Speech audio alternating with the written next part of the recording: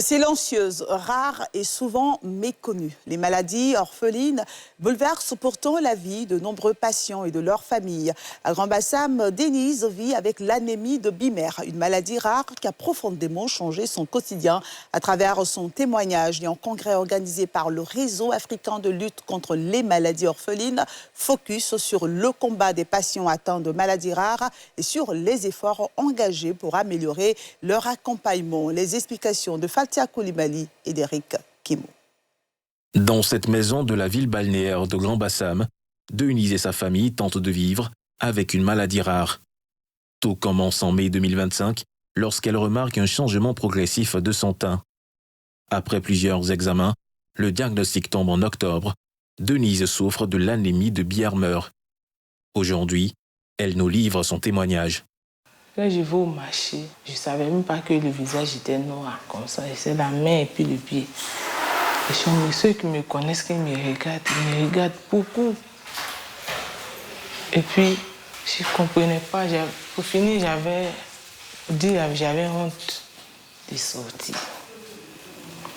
Je suis arrivée, j'ai demandé à mon mari, il dit, mais dans mon visage, c'est comment? Parce que quand je sors, on me regarde, il dit c'est noir. J'avais peur de me regarder dans le miroir. Un jour, j'ai franchi, je me suis regardée dans le miroir. Vraiment, j'avais toujours des larmes aux yeux. Depuis là, je ne sortais plus. Si je sors, je vais à l'hôpital. Au marché, je ne vais plus. Les travaux ménagers, je ne fais plus. Parce que je suis beaucoup. Le corps était fatigué. Aujourd'hui, une solution a été trouvée pour ce mal qui rongeait Denise. Depuis que c'était découvert, c'est la vitamine B12, je pique. Ce lundi, je dois le piquer. Et puis aller le voir pour voir s'il va changer d'étude. Puisqu'il a dit c'est un traitement à vie. C'est-à-dire après les semaines, on va piquer maintenant par mois.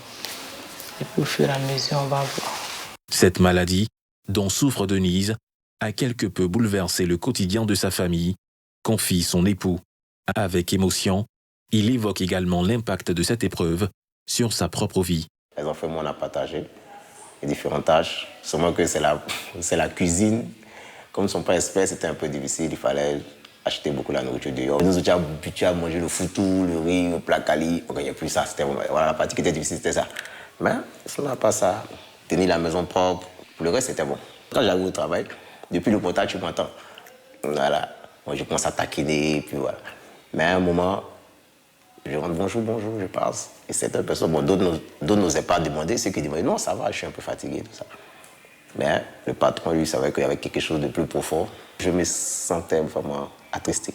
Direction à présent le 2e congrès scientifique du Réseau africain de lutte contre les maladies orphelines, section Côte d'Ivoire, autour du thème « Rôle du dysfonctionnement endothélial de la survenue des maladies cardiovasculaires, systémiques et auto-immunes ». La prévalence des maladies orphelines est de moins d'1 cas pour 2000 habitants. Prises individuellement, elles sont rares, mais dans leur globalité, elles représentent 500 000 millions dans le monde. À travers ce congrès, nous voulons bâtir un véritable cadre africain d'échanges scientifiques capable de favoriser une médecine plus intégrative, plus collaborative et davantage adaptée aux réalités de nos populations. Entre difficultés de diagnostic, manque d'informations et prise en charge parfois complexe, les maladies orphelines demeurent un véritable défi de santé publique. À travers ce congrès, le Réseau africain de lutte contre les maladies orphelines section Côte d'Ivoire entend renforcer la sensibilisation et améliorer l'accompagnement des patients atteints de ces pathologies rares. C'est ici que